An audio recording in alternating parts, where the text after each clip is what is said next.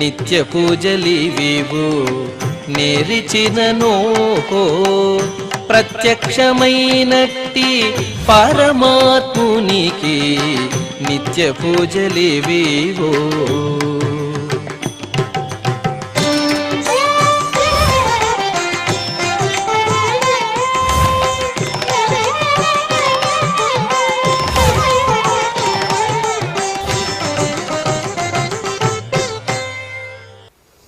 ఓం నమో వెంకటేశాయ. ఈరోజు సోమవారము, శ్రీ క్రోధినామ సంవత్సరము, ఉత్తరాయణము, వసంత ఋతువు, వైశాఖ మాసము, కృష్ణపక్షము, చవితి తిథి, పూర్వాషాఢ నక్షత్రము, మే 27, 2024.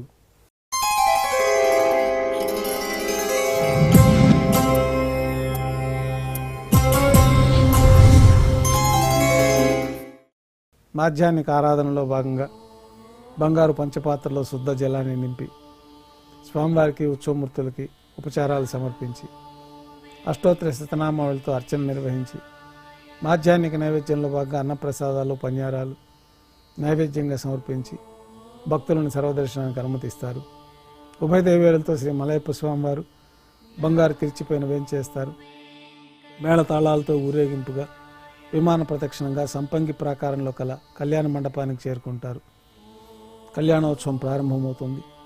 పుణ్యాహవాచనం, అంకురార్పణ, రక్షాబంధనము, అగ్నిప్రతిష్ఠ, స్వామివారికి నూతన పట్టు వస్త్రాలు, అమ్మవారికి నూతన పట్టు వస్త్రాల సమర్పణ, మహాసంకల్ప పఠనం, మాంగళ్యాలకు అభిషేకం, మాంగళ్యాలకు ఆరాధన గావించి స్వామివారి తరఫున మాంగళ్యాల్ని అమ్మవార్లకు సమర్పణ గావించి ఈ సందర్భంగా స్వామివారికి, అమ్మవార్లకి కర్పూర నీరాజనం సమర్పించి విశేషమైన హోమాలతో పూర్ణాహుతి పూర్తయిన తర్వాత మాలా పరివర్తనం అనే కార్యక్రమాన్ని నిర్వహించి ఉభయ దేవేరులను స్వామివారి చెంతకు చేర్చి ఈ సందర్భంగా అక్షతారోపణం అనే వైదిక కార్యక్రమాన్ని నిర్వహించి కర్పూర నీరాజనము, నైవేద్యము, తిరిగి కర్పూర నీరాజనంతో కళ్యాణోత్సవం పూర్తి అవుతుంది.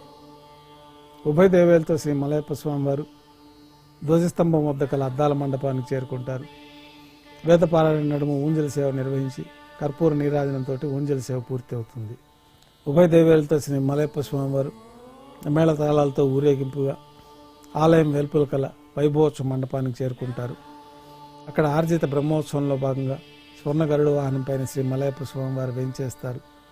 కర్పూర నీరాజనంతో స్వర్ణ గరుడ వాహన సేవ పూర్తి అవుతుంది. హనుమంత వాహనం పైన శ్రీ మలయప్ప స్వామివారు వేంచేస్తారు. కర్పూర నీరాజనంతో హనుమంత వాహన సేవ పూర్తి అవుతుంది. పెద్ద శేష వాహనం పైన శ్రీ మలయప్ప స్వామివారు వేంచేస్తారు. కర్పూర నీరాజన సమర్పణతో పెద్ద శేష వాహన సేవ పూర్తి అవుతుంది. ఉభయ దేవేరులతో కలిపి శ్రీ మలయప్ప స్వామివారికి కర్పూర నీరాజన సమర్పణతోటి ఆర్జిత బ్రహ్మోత్సవం పూర్తి అవుతుంది. సాయం సంధ్య వేళలో 1000 దీపాలతో అలంకరించబడిన సహస్ర దీపాలంకరణ సేవ మండపానికి ఉభయ దేవేరులతో శ్రీ మలయప్ప స్వామివారు చేరుకుంటారు.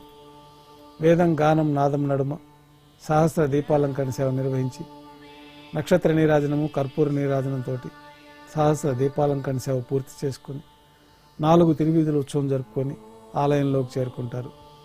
ఆలయంలో నైవేద్యం పూర్తయిన తర్వాత గర్భాలయంలో వేంచేస్తారు. వెంటనే రాత్రి తోమాల సేవ ప్రారంభమవుతుంది.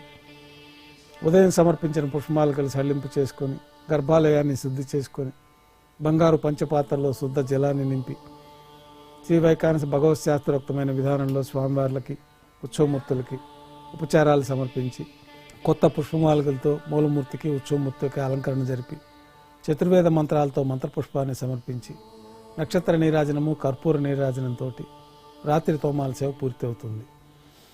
తులసీదళంతో అష్టోత్తర శతనామావళితో అర్చన నిర్వహించి రాత్రి నైవేద్యంలో భాగంగా అన్నప్రసాదాలు, పన్యారాలు ఘంటానాదం మధ్య నైవేద్యంగా సమర్పించి తిరువీస నైవేద్యం పూర్తయిన తర్వాత భక్తులని సర్వదర్శనానికి అనుమతిస్తారు.